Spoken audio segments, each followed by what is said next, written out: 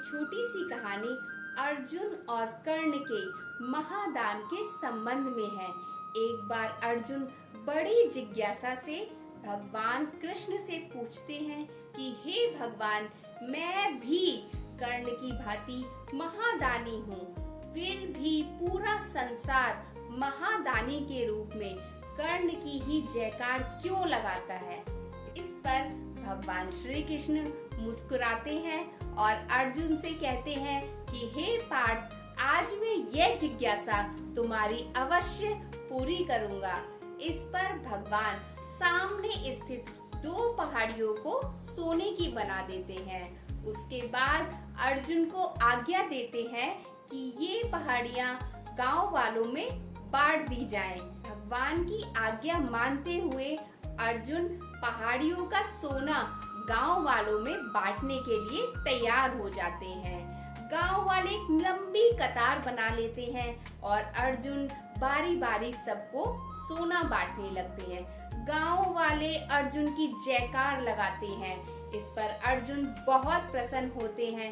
दिन बीतते हैं, रात बीतती है, इस प्रकार से कई दिवस बीत जाते हैं, लेकिन पहाड़ी के आकार में कोई अंतर नहीं दिखाई देता। कई दिवस पश्चात जब अर्जुन थक जाते हैं तो भगवान कृष्ण के पास आते हैं और कहते हैं, हे भगवान, मैं अब विश्राम करना चाहता हूँ। मैं अब इस पहाड़ियों का सोना गांव वालों में बांटने में असमर्थ हो गया हूँ। इस पर भगवान उनको विश्राम करने की आज्ञा देते हैं और दूसरे काम के लिए कर्ण को लगा देते हैं।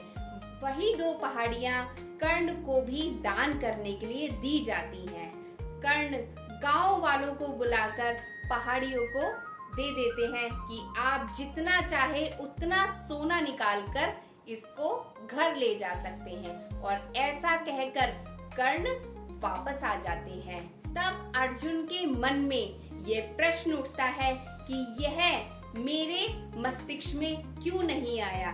तब भगवान से जिज्ञासा वश वो पूछते हैं, हे भगवान, ऐसा क्यों है। तब भगवान श्री कृष्ण अर्जुन को उत्तर देते हुए कहते हैं कि हे अर्जुन, जब तुम दान कर रहे थे तो तुम एक दाता के रूप में कार्य कर रहे थे।